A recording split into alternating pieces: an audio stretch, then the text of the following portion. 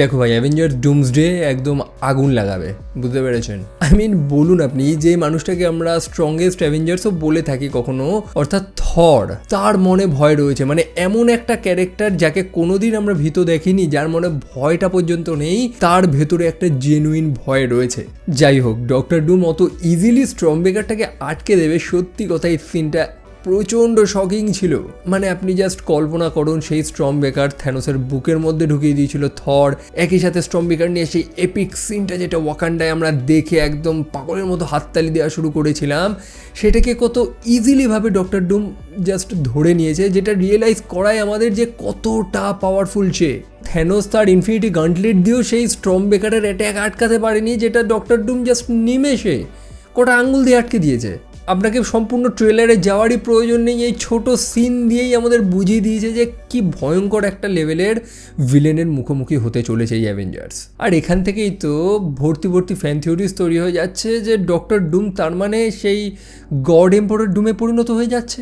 God emperor ডুম হচ্ছে সেই ডুম যার মধ্যে এই মাল্টিভার্সের সব ধরনের পাওয়ার রয়েছে, এই দুনিয়ার রাজা সে, একদম ওপি, তার থেকে শক্তিশালী কেউ না। আমি আমার চ্যানেলে 2015 সালে সিক্রেট ওয়ার্সের কমিক্সটাকেও কমপ্লিট এক্সপ্লেইন করেছি। সেখানে আমরা দেখেছিলাম যে কীভাবে ডক্টর ডুম বিয়ন্ডার্সের পাওয়ার চুরি করে, মলিকিউল ম্যানকে ছলনা করে সব থেকে একটা পাওয়ারফুল ক্যারেক্টার অর্থাৎ গড এম্পারার ডুমে পরিণত হয়েছিল।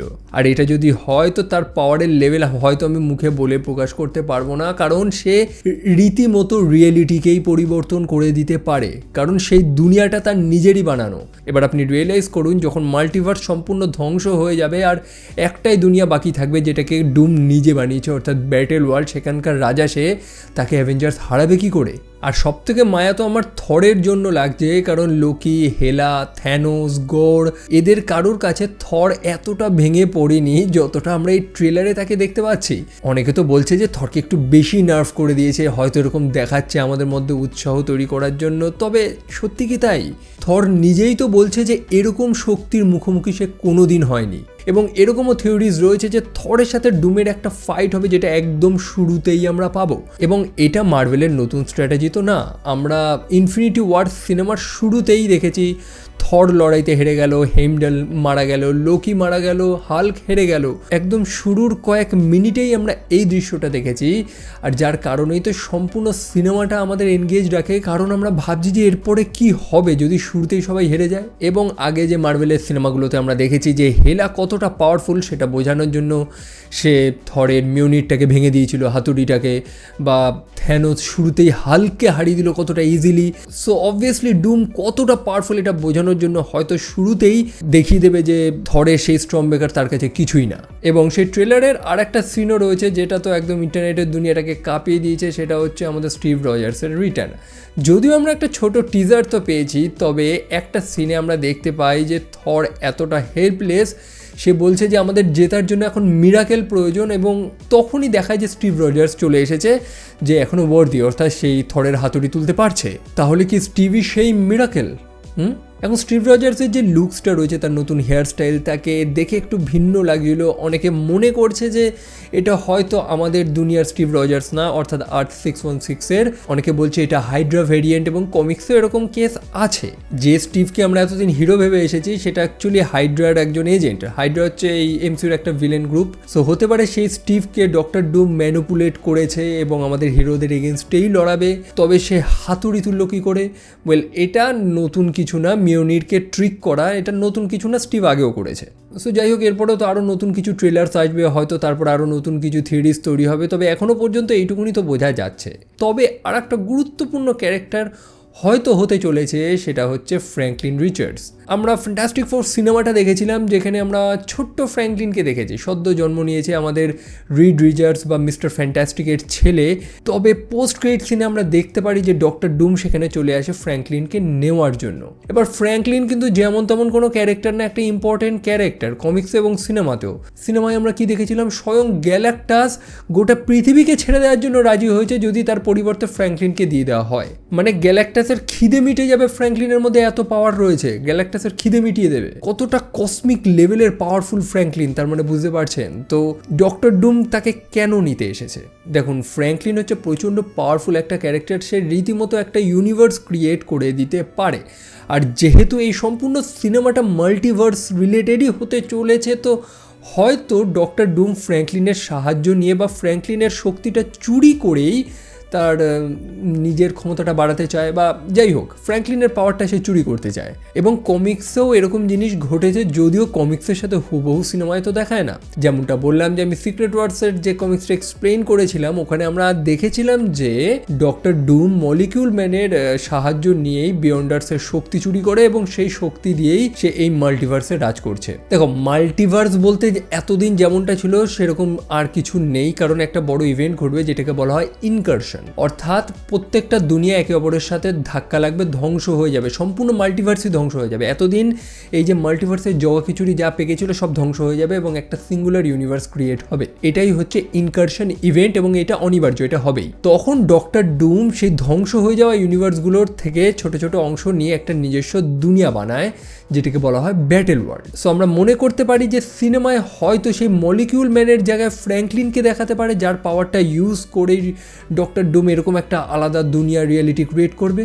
যাই হোক, ট্রেলার তো এইটুকুনি না, অনেক বড় সড়ো কিছু রয়েছে, মানে অনেক কিছু আমাদের হিন্ট দিয়েছে। চলো এক এক করে আলোচনা করা যাক যে আমাদের বৃদ্ধ চার্লস জেভিয়ার্স জানলা দিয়ে আসলে দেখছিলই বা কি।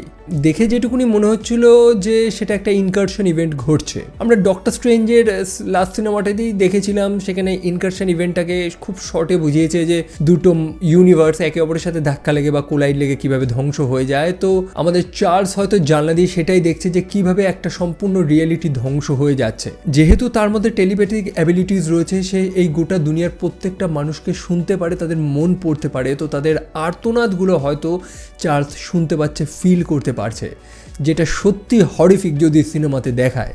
আমরা দেখতে পারি চার্লসের পাশে ম্যাগনিটো রয়েছে, তারা একে অপরের হাত ধরে, যেটা রিয়েলাইজ করে যে তারা দুজন একে অপরের শত্রু হলেও তারা ভালো বন্ধু। এবং যেহেতু তাদের এই সম্পূর্ণ দুনিয়াটা ধ্বংস হতে চলেছে, অর্থাৎ এই ইনকারশন ইভেন্টের কারণে হয়তো তারা যে ইউনিভার্সে রয়েছে সেটাও হয়তো ধ্বংস হয়ে যাচ্ছে। তো গোটা দুনিয়া ধ্বংস হওয়ার আগে বন্ধুর পাশে বসে এরকমই একটা কিন্তু ফিল দিচ্ছিল, তাই না? তবে আরেকটা জিনিসও আমরা আবারও দেখলাম, সেটা হচ্ছে সাইক্লপসের অপটিক ব্লাস্ট। একটা জিনিস ভালো লাগছে যে সেই আমাদের পুরনো ওজি এক্সম্যানদের আবার রিটার্ন করানো হচ্ছে, কয়েকজনকে, সবাইকে না। তো সাইক্লপস কার উপর অ্যাটাক করছে এটা এখনো দেখায়নি। যাই হোক, একটা ব্যাটেল গ্রাউন্ড টাইপের দেখে মনে হচ্ছে, পিছনে বড় বড় পা যেগুলো সেন্টিনেলসদের, এছাড়াও মার্ভেলের যেসব সেন্টিন লিক হয়েছিল ডুমসডের, তো এইটুকুনি দেখে তো আমরা জানি যে ওইগুলো সেন্টিনেলস রয়েছে, সেই বৃহৎ আকার রোবটগুলো। তো সাইক্লপস হয়তো সেগুলোর সাথেই লড়ছে। অ্যান্ড বাই দ্য ওয়ে, সেই সিক্রেট ওয়ার কমিক্সেও কিন্তু সাইক্লপসের একটা বড় ভূমিকা রয়েছে, তার মধ্যে ফিনিক্স ফোর্সের পাওয়ারে চলে আসে।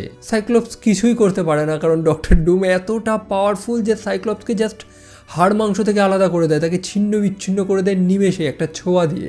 আশা করি এরকম কিছু হবে না, হলেও বা আমার কি করার আছে। অন্যদিকে আরেকটা সিনেমা আমরা দেখতে পাই যে মিস্টিক, অর্থাৎ যে রূপ পরিবর্তন করতে পারে সেই মিউটেন্ট, সে ইয়েলেনার সাথে লড়ছে, আমাদের থান্ডার বোল্টের একজন এজেন্ট বা মেম্বার। সো কেন লড়ছে সেটা আপাতত ফ্যান থিওরির উপরেই ছেড়ে দিই। যাই হোক, মিস্টিক ক্যারেক্টারটা সত্যি একটু মিস্টেরিয়াস, কারণ কখনো সে ভালো আবার কখনো সে খারাপ। একটা জিনিস হতে পারে, মিস্টিক ছদ্মবেশে কিছু একটা চুরি করার চেষ্টা করছে, সেটা ফ্র্যাঙ্কলিনের লোকেশন হোক যাকে ডক্টর ডুম খুঁজছে। কথার অর্থ হচ্ছে যে মিস্টিক সম্ভবত শুরুতে ডক্টর ডুমকে হেল্প করছে বা তার হয়েই কাজ করছে, বা এটাও হতে পারে যে মিস্টিক কারোর হয়ে কাজ করছে না, বরং মিউটেন্টদের বাঁচানোর চেষ্টা করছে। যেমনটা আমরা এক্সম্যানেই দেখেছি যে একটা গৃহযুদ্ধ চলছিল যেখানে মানুষ বনাম মিউটেন্ট হয়ে গেছিল, যে লড়াইটাকে লিড করছিল হচ্ছে সেই ম্যাগনিটো। তো মিস্টিক সেই ম্যাগনিটোর হয়েই কাজ করছে। অ্যান্ড মিস্টিক জাস্ট রূপ পরিবর্তন করে না, সে দুর্দান্ত লড়তে পারে। তো ইয়েলেনার সাথে যদি তার একটা ফাইট হয় তো সেটা দেখার মতন হবে, কারণ ইয়েলেনা আবার একটা ব্ল্যাক উইডো। যাই হোক, তারপরের আর একটা সিন হচ্ছে যে আমরা দেখলাম ফ্যান্টাস্টিক ফোর বা আমাদের রিড রিচার্ডস, তারা ওয়াকান্ডিয়ানদের সাথে কেন সাক্ষাৎ করছে, ওয়াকান্ডায় আবার কি আছে। দেখুন, গোটা পৃথিবীতে সব থেকে উন্নত বা নিরাপদ যদি একটা কোনো জায়গা হয় সেটা হচ্ছে ওয়াকান্ডা। আমরা ইনফিনিটি ওয়ারে যেমন জিনিসটা দেখেছিলাম হয়তো সেম জিনিসটাই দেখব।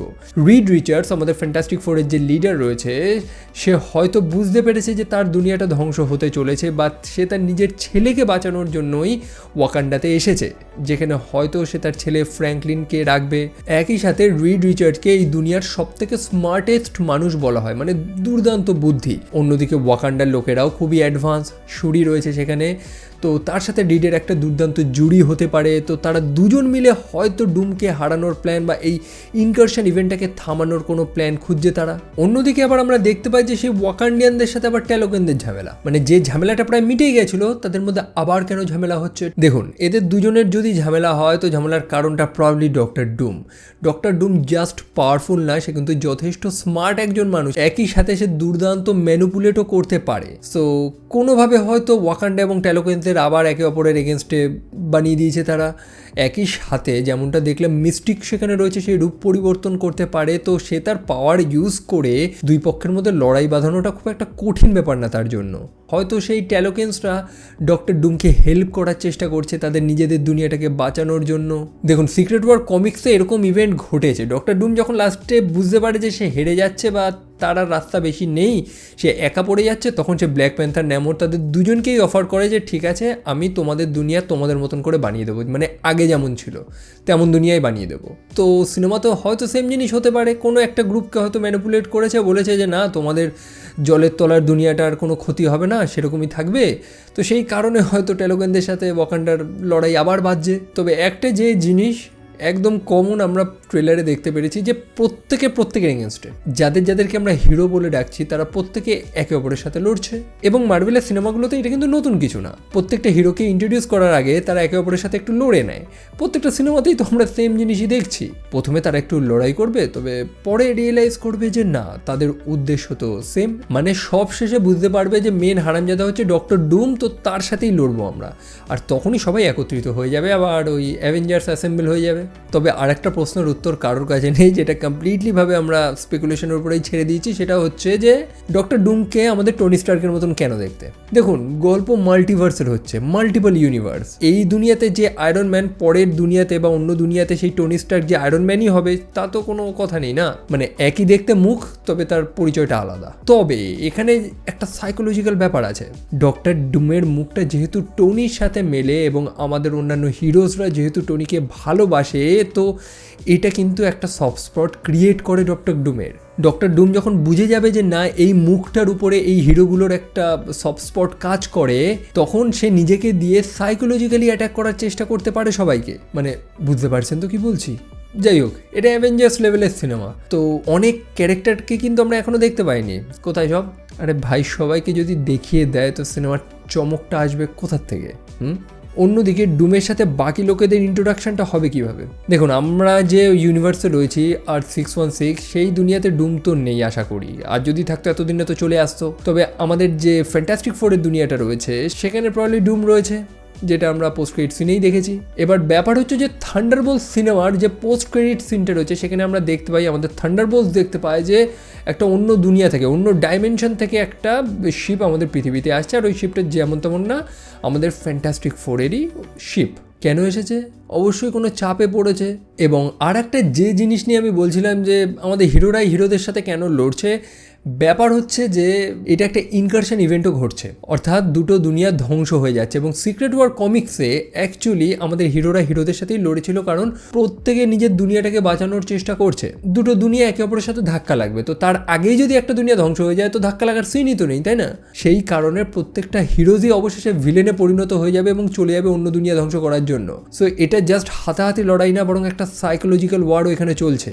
ব্যাপার হচ্ছে যে আমাদের ডক্টর ডুম ধ্বংস হওয়া দুনিয়ার টুকরোগুলো নিয়ে একটা দুনিয়া বানাবে, যেটা হচ্ছে ব্যাটেল ওয়ার্ল্ড। সেই দুনিয়ার রাজা হচ্ছে ডুম এবং প্রত্যেকটা হিরো হচ্ছে তার চাকর।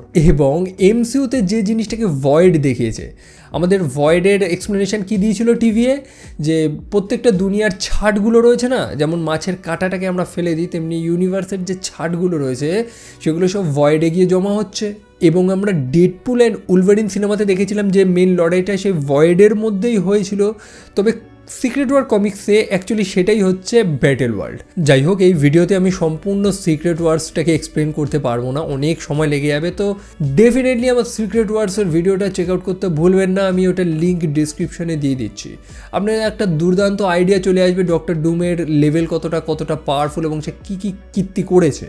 সো এই হচ্ছে গল্প। সিনেমার নাম ডুমসডে, তো ডুমকে নিয়েই দেখাবে। হয়তো খুব একটা হ্যাপি এন্ডিং আমরা সিনেমার শেষে পাবো না। যাই হোক, আর কি বলার, একটা সামান্য ট্রেলারই তো বেরিয়েছে, এরপরে আরও ট্রেলার আসবে, তো আরও ডিটেলস আমাদের চোখে পড়বে, তো আরও নতুন থিওরিজ ক্রিয়েট হবে, আমরা গল্পের আরও গভীরে ঢুকতে পারবো। তো সেই নতুন ট্রেলারের অপেক্ষাতেই থাকবো। আর এরকম ভিডিও যদি আপনাদের ভালো লাগে তো সাবস্ক্রাইব করতে ভুলবেন না এবং শেয়ার করতে ভুলবেন না। মানে শেয়ার কিন্তু অবশ্যই করবেন, আমরা কি শুনেছিলাম যে শেয়ারিং ইজ কেয়ারিং। আর কি, ভিডিওটা আপাতত এইটুকুনি রাখছি, দেখা হচ্ছে আপনাদের সাথে পরের আর একটা ভিডিওতে।